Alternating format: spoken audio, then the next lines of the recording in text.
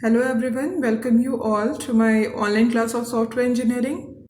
In the last lecture, we had discussed basic concepts of the life cycle models, and now we look at some of the well accepted life cycle models.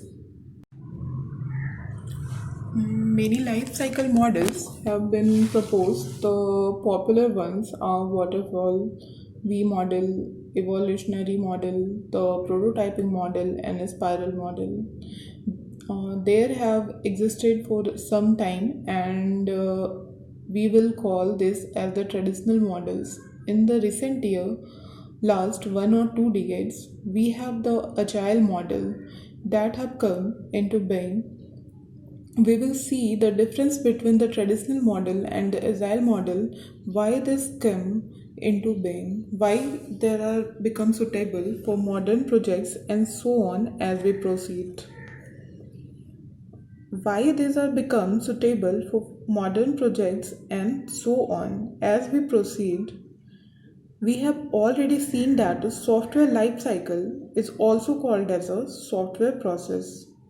It is a series of identifier stages of a software product undergoes during it in a lifetime. So if anybody asks that what do you mean by a software process, need to answer that it is a series of identifiable stages that a software product undergoes during it is a lifetime. But then what are the stages? The stages typically or most intuitively at the feasible study, finding out whether the work needs to be taken up, requirements analysis and specification, design, coding, testing, and maintenance. I think this is one of the very basic questions that can be asked on a software lifecycle, that what exactly is a software lifecycle and what are the stages in the software lifecycle. The most intuitive lifecycle model is called as the classical waterfall model. It matches very closely to the model that we had discussed in the last lecture. That intuitively, if you ask somebody that how exactly softwares have developed, say that need to first specify. We need to design based on the specification, need to code based on the design, then we need to test, and after testing is completed, we install it, and then if there are any difficulties, problems, or their enhancements are required, then we maintain and finally retired. The classical waterfall model matches closely to the intuitive development itself.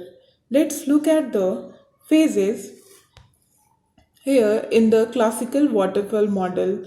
Feasibility study, requirements analysis and specification, design, coding, unit testing, integration and system testing and maintenance matches very closely to the intuitive development, how the development should proceed.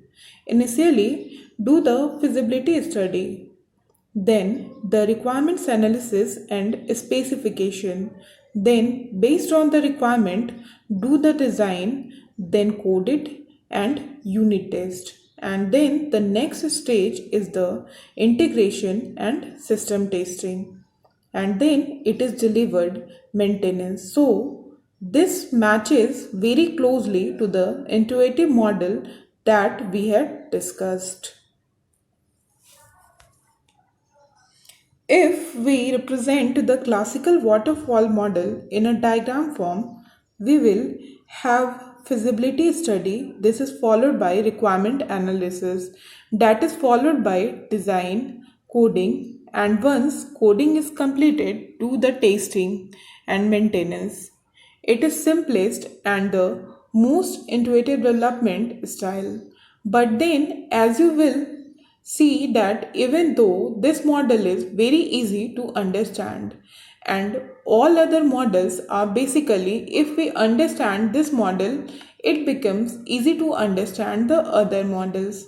But still, this model is more of a idealistic model. It is not really used in a real projects. We will investigate the reason why.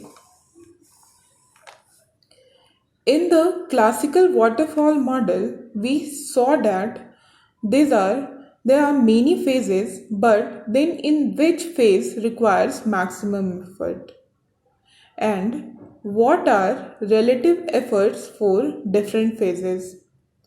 Among all life cycle phases, the maintenance phases is actually the maximum effort, because remember that the development may complete couple of months and so on.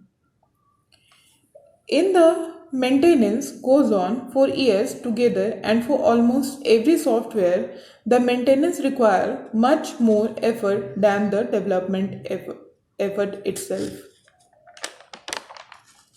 But among the development phases, the testing phases typically consume the maximum effort, because it's undertaken for a long time.